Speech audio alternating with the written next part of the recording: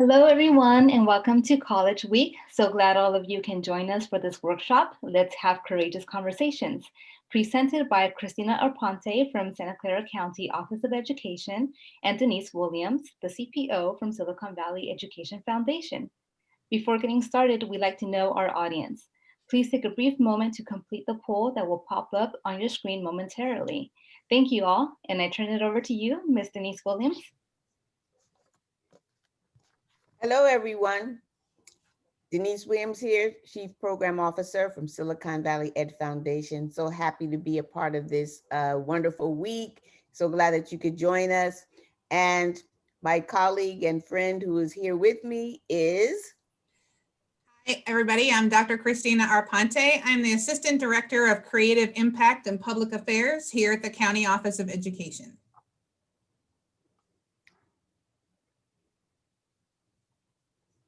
As always, when we start a courageous conversation, we like to review the 4 agreements. So in this effort, please stay engaged, be committed and engaged. It's very important. It's a responsibility so that you can get the most out of the conversation and be clear and understand what's going on in the context of this work. Speak your truth. Even if your voice shakes, that's okay. Experience discomfort, lean into the discomfort and have this conversation, because sometimes it is discomforting, but then we know that we are talking equity and it is courageous. And then number 4, expect and accept non-closure and be kind and respectful. So before we jump into courageous conversations, let's get an idea about what you think courage is. So in the chat, share a word or short phrase that defines courage to you. And feel free to add examples or ways to show courage. So I'll give you a little bit of time just to do that.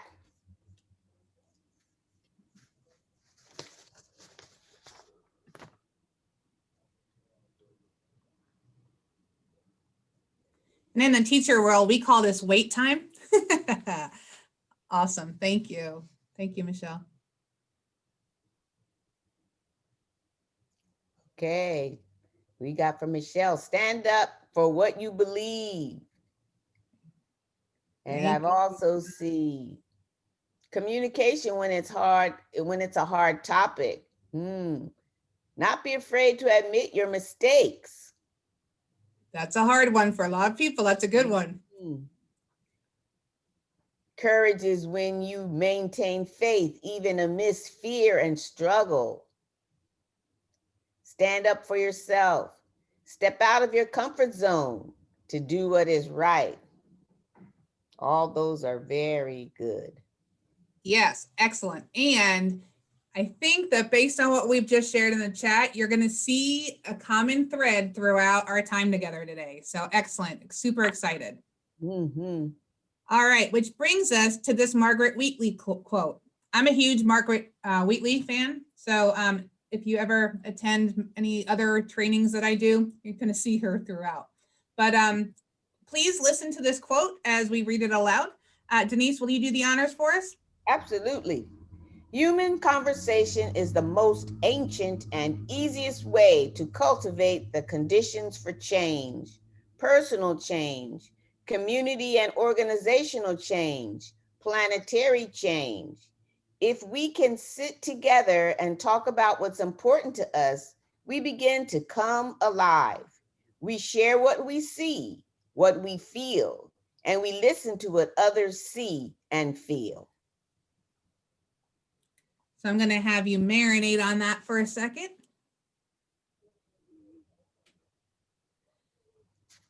And we're going to move on from here, but please feel free to communicate and chat and share your thoughts as we go through, even if we don't ask you for a formal participation. So Margaret Wheatley provides a really great bridge for today's topic, and that is courageous conversations. So when we think about courageous conversations, and a lot of you, again, we're seeing this in the chat, it's really about diversity and inclusion. And a lot of times, especially in school settings, we talk about, I just lost it. Oh, implementation, sorry. So there's implementation and then there's inclusion. And so it's really important. We can implement lots of things, right? So if I'm in a school setting and I implement a curriculum, I can give a curriculum to staff. If I'm at home, I can implement the need for chores for our kids, but really, is it included in the DNA of our culture? So, if you have a social emotional learning curriculum, is it just a lesson between 9 and 9:30, or is it in everything that we do and remind, right? So if you give a chore, do we bring it up and do we think and do we talk about it throughout the day? So is it in the DNA of our being and in our culture? And as you see here, and most of you put this in there, it's really stepping out of our comfort zone, right? A lot of times, these are conversations that are avoided, and that's when just stuff stirs up, right? And so when it's avoided, that's when it becomes the elephant in the room, right?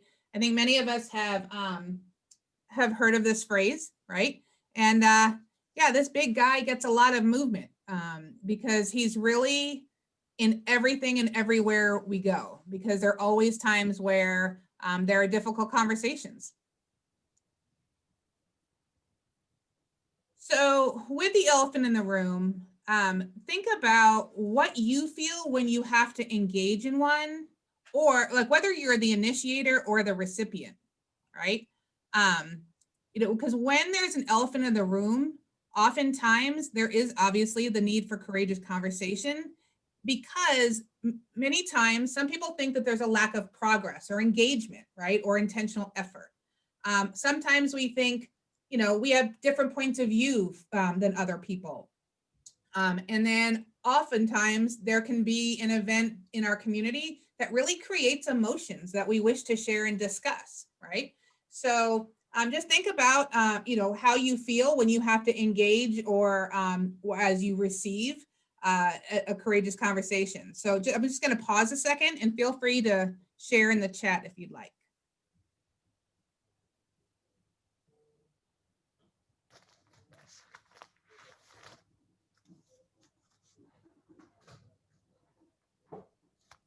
Absolutely. Thanks, Chris. Yep. Nervousness. Yeah, so we see here too, shrinking away from the hard conversations, getting extremely nervous, right? And that's absolutely a natural emotion. And so when you think about that parts of that huge mammal, sometimes we feel awkward, or, we go into silence, or, ignorance. And that's not necessarily the negative connotation, just meaning not knowing, right? Because sometimes we don't know. We know what's going on is has the need for the conversation, but we don't know why, right? And then, there's that reluctance and avoidance. And, we all do it, even though it's, we may say that it's, oh yeah, have that courageous conversation. Oops, sorry. Grina, thank you. It's really important, like really to pause. And we're going to talk about that later. Because really it allows you to gather your thoughts and really think about who and what and where this is going to happen.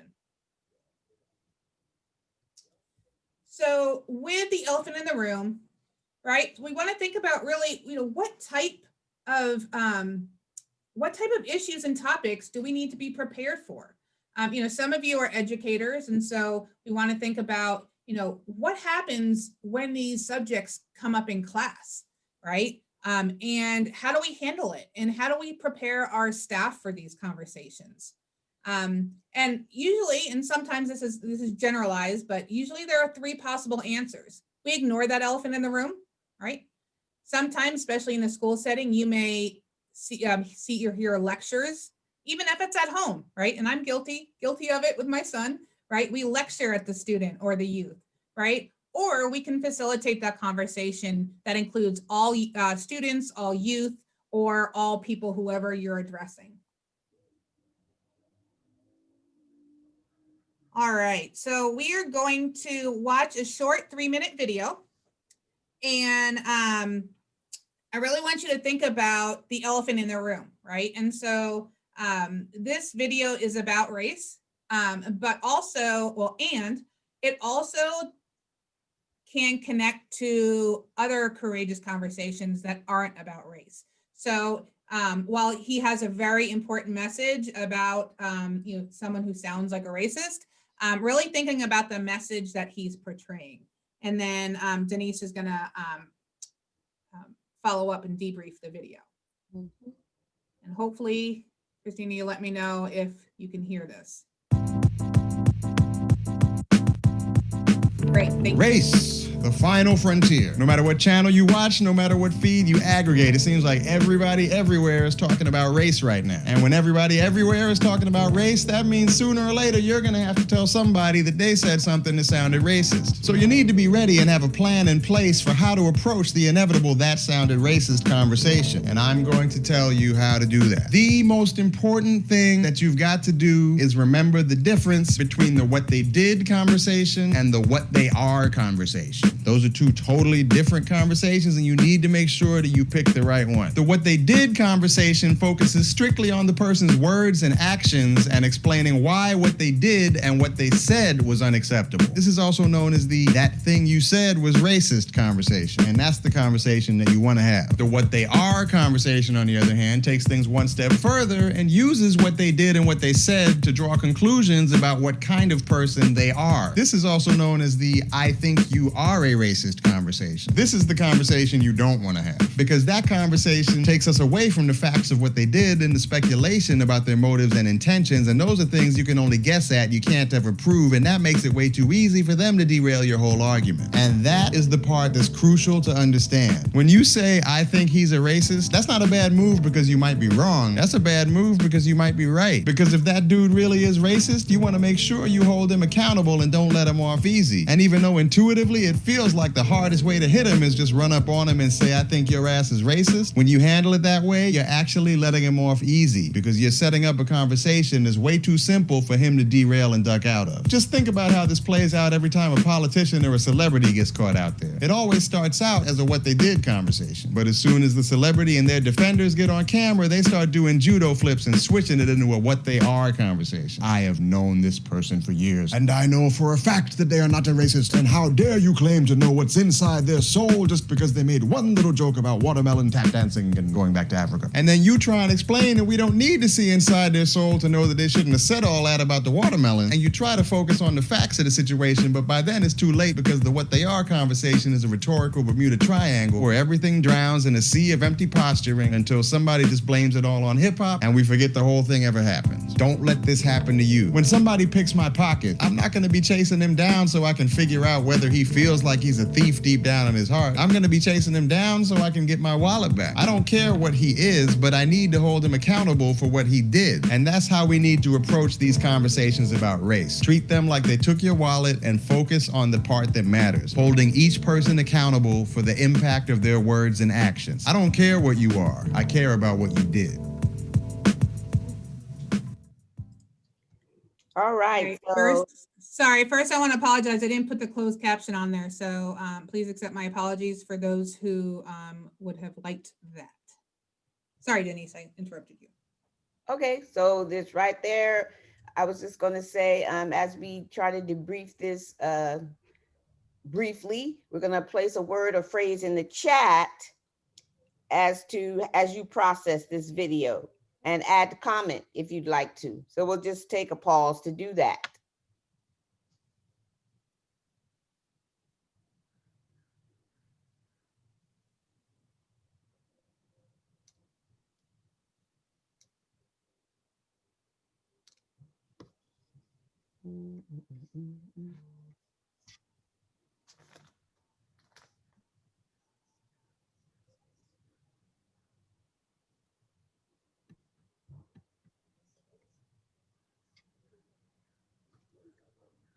Thoughtful way of putting it. Good information. Thank you. Thank you, Eileen. All right. So as you start, Yeah, the analogy, I did like that. That analogy as well. So as you continue to process, even if I'm talking or Denise is talking, feel free to continue to add your thoughts in the chat. So one of the key takeaways that I got from this video, again, part of this is because I'm an educator. I always think of, how a youth would receive this.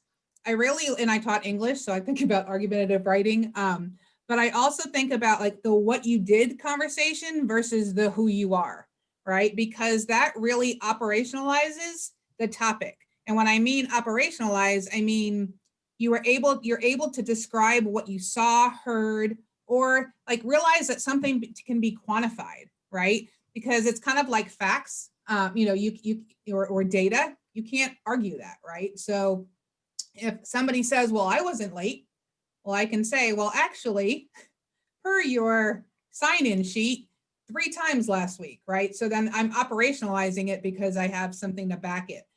It's when it differs from the who you are and what you are, because that makes it personal. And when you go personal, that's when people become defensive, right? So that's why if you operationalize it, it helps us really take that emotion out of it, which can be hard. So when you have these courageous conversations, we really want to think about fact-based, again, being respectful, try not to raise our voice, which is hard, especially when you have someone like me who I talk loud anyway. So people were like, why are you shouting? I'm like, I'm not shouting. This is just my regular voice. So just really kind of being self-aware about that, and being honest, right? So when you think about how you have these conversations, and Greta brought it up earlier, like really pausing, because when you think about wanting to plan the conversation, there's a lot to go into that. It's not just about what you're saying, it's where do you have the conversation, right? It's, how do you approach the conversation? And sometimes you have to ask permission, right? When you call and you have, I appreciate when somebody calls my office and say, hey, do you have a second? Because then you're honoring their time and you're kind of, showing that respect right off the bat. Share and describe the behavior and the impact. Again, stick to the facts. And ask for clarity and understanding. You're like, you can say in your conversation, am I understanding this right? Can you help me? Like, I just want to make sure that we're on the same page, and that type of thing. And then really determine how to partner for the solution, right? Don't talk out people. You can say, how can I help you? How can we move forward? Because if you partner, that again, that's that we're working collaboratively. I may disagree with you wholeheartedly, but you know what? Let's agree to disagree, and then let's move. How can we move forward? So right. It's important to approach courageous conversations through a growth mindset. With best intent, a sense of caring, understanding, empathy, and respect. Because while difficult, if there is a reason to have the talk, you do care. So on the screen that you're looking at right now, you see the green and the red, but we want to focus on the green checked. Use affirmative listening statements. And I know we've said this many times to folks when we're trying to get clarification. Can you tell me more? How did this affect you? What I hear you saying is, which is like paraphrasing. So just to make sure you have the clarifying statement, that you're hearing, making sure it's right. Manage your judgments. Show you are truly interested. And that's being a good listener, and trying to understand what folks are really sharing. You have to be kind of empathetic too, and thinking about, how folks feel and being really, truly listening to them. Demonstrate caring, understanding. What? Caring? What? Yes. And like I just was saying, because that resonated me before, right now, empathy and respect, because that is a way someone's really going to open up to you if you are really exemplifying those kinds of statements and feelings to them. They're going to really, really want to let you know what they're thinking, because they are trusting, and that you are being a good listener and really truly wanting to understand what they're saying. And before Denise gets to this one slide, Michelle, I do want to acknowledge that I did see your question, and I'm going to speak to that after Denise shares about the risks. So what you did having the conversation. So power relationships in your job, retribution, being labeled as a troublemaker, not being invited back. So that conversation, these things will come up because you're thinking, oh, if I go this way, is this going to happen to me? So these are risk-taking, very risk-taking. But when you're having a courageous conversation, it's important to be that risk taker, or you will not, get anything accomplished, or you won't have any impact or make any moves or go into the direction that you really want to based on the work that you're trying to do. So it's very important to be the risk taker. Thank you. And then, because when we think about avoiding these kind of conversations, we get into that hamster wheel and then things blow up, right? And so like Denise said, you are going to take a risk. And then you have to ask yourself, is it worth taking the risk? I saw something the other day where it said, thoughts and prayers is great, but I want policy and change. Right. So it's really, how do you do that? You have to sometimes you have to put yourself out there, right? As we saw, get yourself out of that comfort zone. So Michelle mentioned something here that's really, really important, and that it may resonate with many of us, right? So what do you do if you've known someone for a long time, right? And you finally tell them what you think? So there's no right or wrong answer, right? And because every situation is different. But my thought when I see this is, if you know them for a long time, you may know their ins and outs and personalities, right? So you may know what makes them tick, what triggers are, and I would say stay away from those triggers when you're having these conversations, and come from again, depending on how your relationship is, come from a place of, again, like Denise was saying, caring and empathy and understanding, and they may react, and just know that ahead of time and be okay with that and keep up with it, right? And just keep sharing with them that, again, if it's a caring relationship, that you're doing this from a place of best intent. And the big thing that I notice when I have courageous conversations, because I used to be a principal, so I used to have a lot of courageous conversations with both faculty and students and parents and just other stakeholders. And the big thing is not to hold grudges, right? So an example is when if I had to suspend a child, and this was in a different state, but, I would, at the end of the conversation, shake their hand and say, thanks, have a great day. And they'd look at me and they're like, wait a minute, you just suspended me, or you just did this. Well, yes, you know what? There was an issue that we had to handle. We handled it.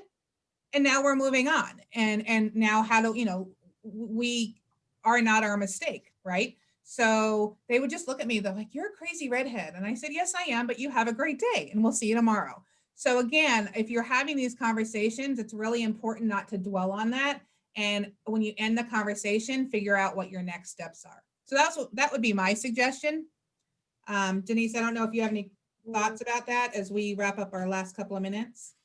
Yeah, I think you covered everything. That sounds pretty good as a strategy for doing that. It's really a hard call when it's a person that you've known, because you're always going to think about the friendship behind it. But I think if you go with them in the manner that, we are friends and we can have these kinds of conversations, I think you'll be okay. But that's a tough one.